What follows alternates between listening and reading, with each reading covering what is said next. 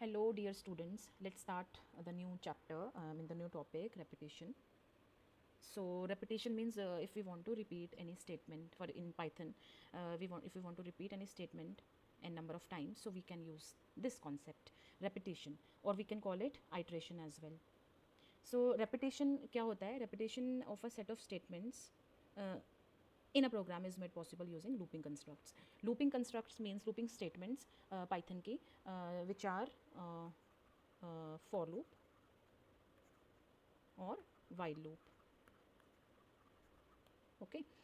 For example, we have written this program without using any loop. Here what this program is saying, हमने क्या करना है, first 5 natural numbers print करने हैं. So for those natural numbers, we are using print statement how many times? 5 times. So we are repeating single statement 5 times, which is not a good practice of writing a code in Python or even in any language. So to prevent this situation, what we will do is we will use a looping statement, either for loop or while loop in Python. Okay, then how do we write for loop? For loop को लिखते कैसे हैं, इसका एक syntax है. Let's take one example. For is a keyword.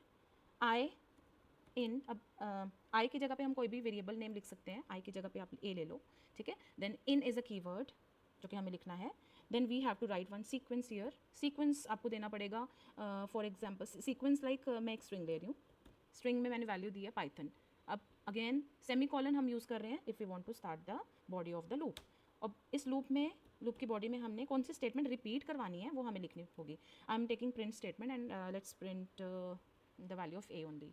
सो ये चलेगा कैसे? फॉर लूप, फॉर एक कीवर्ड है, ए वेरिएबल नेम है, ये कुछ भी हो सकता है. In is also a keyword. Then here we have to give one sequence. Python एक स्ट्रिंग वैल्यू है और कॉलन हमें देना ज़रूरी है, बॉडी लूप की स्टार्ट हो रही है. देन प्रिंट ए. प्रिंट मतलब इसकी जगह पे हम कोई और स्टेटमेंट भी लिख सकते हैं, कितनी भी स्टेटमेंट्स आप दे सकते हो. ये देखो प्रिंट, अगर मैंने जस्ट डैश प्रिंट करवाई तो ये 2 स्टेटमेंट्स रिपीट होंगी फॉर हाउ मेनी टाइम्स? जितने इसमें कैरेक्टर्स हैं, कितने हैं? 6 characters. Each character will be assign to this variable 1 by 1 और 6 टाइम्स ये लूप ये 2 स्टेटमेंट्स को एग्जीक्यूट करेगी. Let's save and run this Python script. Okay, so 6 times ये loop execute हुई. For first value of p, for first value of this string that is p, p assign हुआ a को, a variable को, और वो print हुआ p. And second statement भी execute हुई, that is this dashes. Then second iteration पे आते हैं फिर से. जब सारी स्टेटमेंट्स एग्जीक्यूट हो जाती हैं तो आइट्रेशन मतलब second round will again start. So for second round we have this value y. A y will be assigned to variable a that is y will be printed. Again dash will be printed. दोनों statements execute हो गई. अब फिर से जो control है वो for loop पे जाएगा. Third value is t will be assigned to a, then t will be printed and dash will be printed and so on. जब तक सारी वैल्यूज एग्जॉस्ट नहीं हो जाती, this for loop will keep on executing. Right. So एक simple example हमने for loop का अभी देखा. Then we can take any other sequence like a list. List कैसे क्रिएट करते हैं? With the help of square brackets. 10, 20, 30. For example हम values ले रहे हैं 50. These 5 values I have taken, and in place of string I will write L, the name of a list here. List is also a sequence data type. So एक एक करके list में से value उठाएगा and then A को assign होगी वो value one by one. First value will be 10, second value will be 20, 30, 40 and then 50. Let's see what is the output. Here is the output. All the values are assigned one by one and जितनी भी statements थी हमारी for loop की वो सारी execute होती रही for that particular value. Okay, then next is एक हमने string ले लिया, एक हमने list ली. अब एक और example हम कर लेते हैं. एक हमारी list है जिसका नाम है number num और इसमें for example हम अब एक प्रोग्राम बनाने जा रहे हैं जिसमें इवन नंबर्स प्रिंट होंगे. इवन नंबर्स कौन से होते हैं? Those are divisible by 2. 10 तक हम नंबर ले लेते हैं. 5, 6, 7, 8, 9, 10. List of 10 numbers. ठीक है. Then for loop. For loop में हम एक वेरिएबल ले लेते हैं कोई भी x इन, कौन से सीक्वेंस में से वैल्यूज़ आएंगी, नंबर में से ले लेते हैं। देन अब एक एक करके वैल्यू हमारी x में आएगी। Number first will be 1 will be assigned to x. अब for that value we would like to know whether that number is divisible by what. अगर even number है तो हम उसको डिवाइड करेंगे और चेक करेंगे कि वो divisible by 2 है या नहीं, इसको ब्रैकेट में एंड 0। अगर रिमाइंडर 0 आ रहा है, रिमाइंडर के लिए हम लगाते हैं दिस मॉडुलस ऑपरेटर, रिमाइंडर जो हमारा फाइंड आउट करता है। अगर देखो इसमें हम इफ़ भी लगा रहे हैं, इसमें हम फॉर लूप भी लगा रहे हैं, तो फॉर विच एवर नंबर, अब यहाँ पे हमें x लेना पड़ेगा क्योंकि x में हमारी वैल्यू आ रही है, राइट। x में वैल्यू आ रही है एक एक करके from this number list. Then जो भी नंबर पॉजिटिव होगा हम उसको प्रिंट करेंगे, सॉरी इवन होगा उसको हम प्रिंट करेंगे। x